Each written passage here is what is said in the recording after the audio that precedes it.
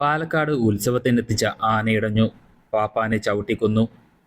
പാലക്കാട് കോങ്ങാട് തെക്കുംഭാഗം ദേശം ഉത്സവത്തിനെത്തിച്ച കൊമ്പൻ ബ്രാഹ്മണി വീട്ടിൽ ഗോവിന്ദൻകുട്ടി ഇടഞ്ഞു, പാപ്പാനെ ചവിട്ടിക്കൊന്നു. രാവിലെ ശീവേലി എഴുന്നള്ളിപ്പിനിടയിൽ അപ്രതീക്ഷിതമായി ഇടഞ്ഞ ആന ഓടുകയായിരുന്നു.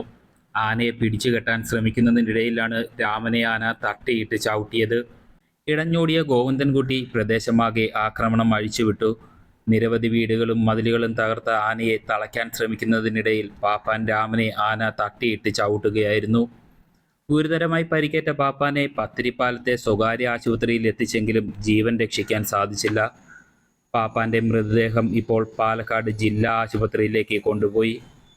ആനയെ തളയ്ക്കുവാനായി എലിഫന്റ് സ്ക്വാഡും മറ്റ് പാപ്പാന്മാരും ചേർന്ന് ശ്രമിക്കുന്നുണ്ടെങ്കിലും ഇതുവരെ തളയ്ക്കാൻ സാധിച്ചിട്ടില്ല. ആനയുടെ ആക്രമണത്തിൽ പരിക്കേറ്റ് ജീവൻ നഷ്ടമായ രാമേട്ടന് ആദരാഞ്ജലികൾ.